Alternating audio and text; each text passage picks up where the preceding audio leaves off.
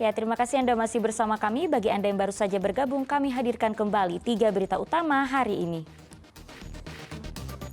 Kapal wisata yang membawa rombongan pelajar menabrak rumah rakit di perairan Sungai Musi, Kota Palembang. Rumah rakit rusak parah.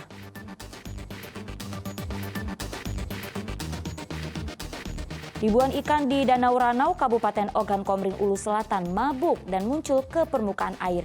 Fenomena tersebut sudah terjadi sebanyak 2 kali dalam tahun ini.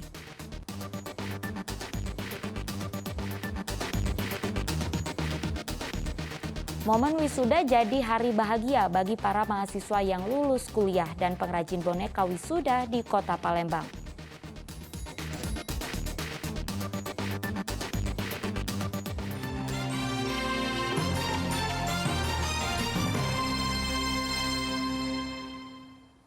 Ya, sebuah kapal wisata yang membawa rombongan pelajar menabrak rumah rakit di perairan Sungai Musi, Kota Palembang. Meski tidak ada korban jiwa, namun rumah rakit mengalami kerusakan yang cukup parah.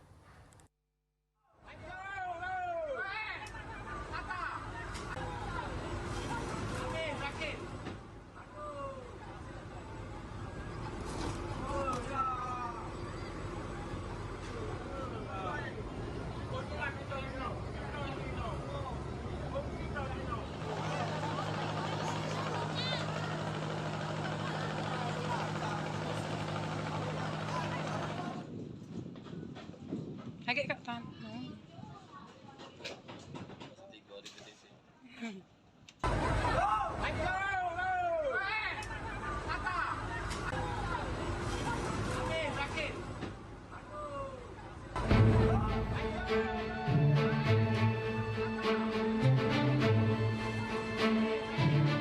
Sebuah kapal wisata menghantam rumah rakit yang berada di tepian Sungai Musi, Kecamatan Seberang Ulu 1, Kota Palembang.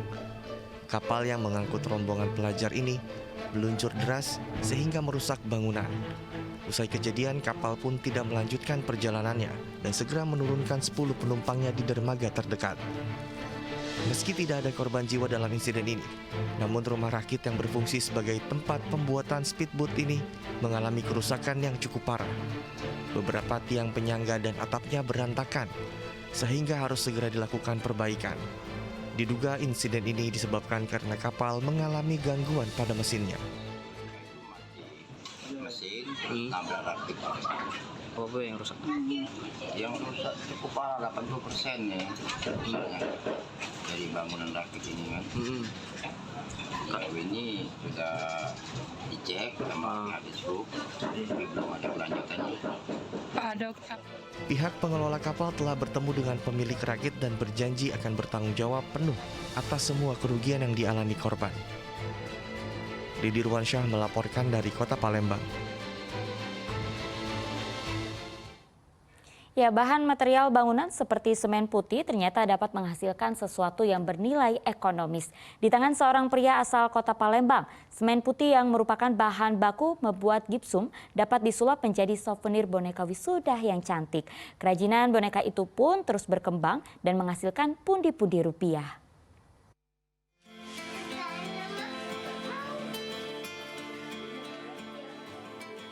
Koleksi puluhan souvenir boneka wisuda yang cantik ini dibuat dengan tangan kreatif Henry Syamsuddin, warga Kota Palembang.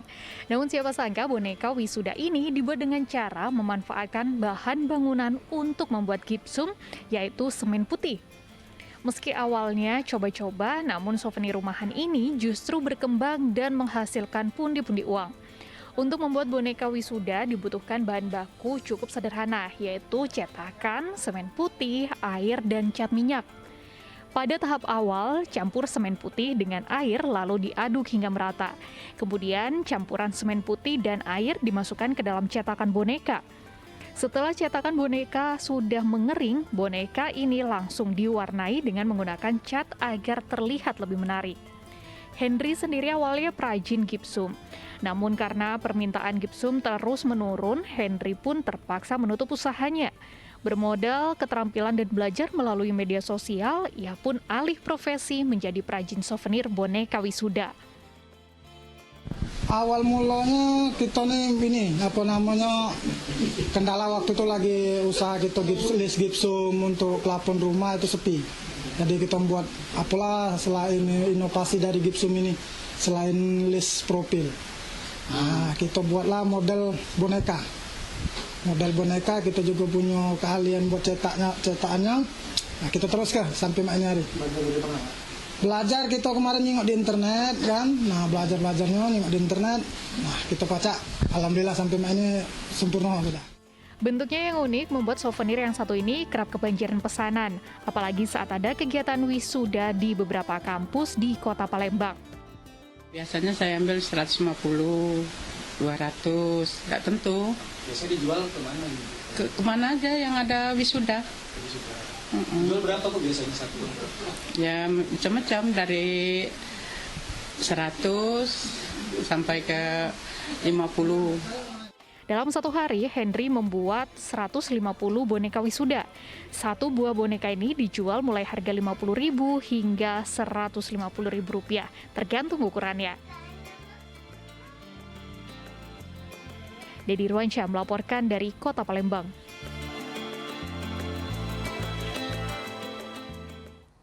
Yayasan Pundi Amal dan Peduli Kasih YPP Indosiar SCTV membagikan set-top box dan sembako gratis kepada warga Palembang. Hal ini dilakukan untuk mendukung kebijakan pemerintah dalam penghentian siaran analog atau analog switch off (ASO) yang berlaku di Kota Palembang pada Maret mendatang.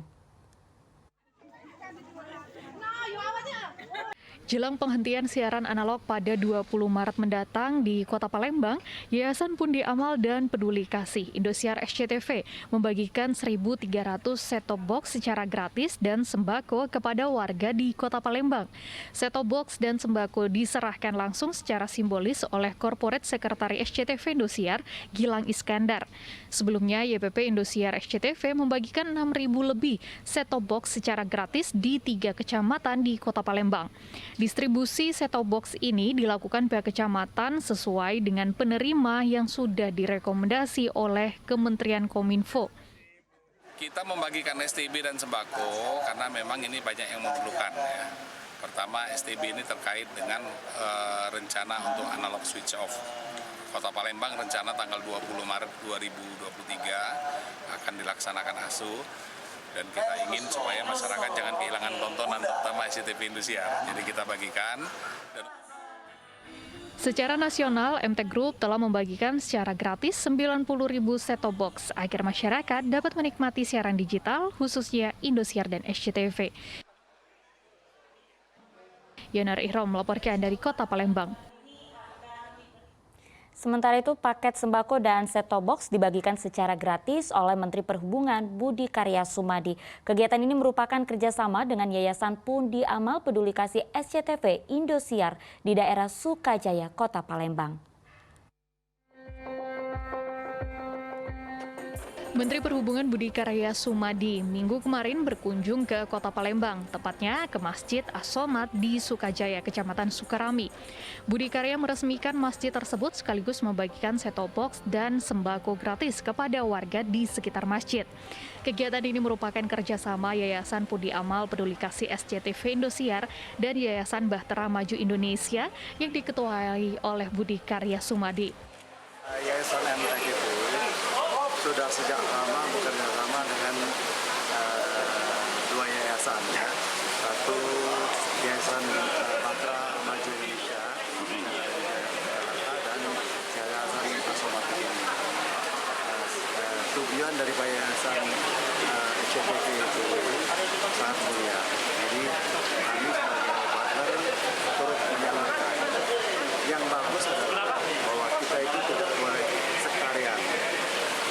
Kita diwajibkan juga untuk memberikan satu kemaslahatan untuk semua umat. Ya, laporan tersebut mengakhiri berita Palembang hari ini. Saya Auriga Gustina berterima kasih atas perhatian dan kebersamaan Anda. Selamat beraktivitas dan sampai jumpa.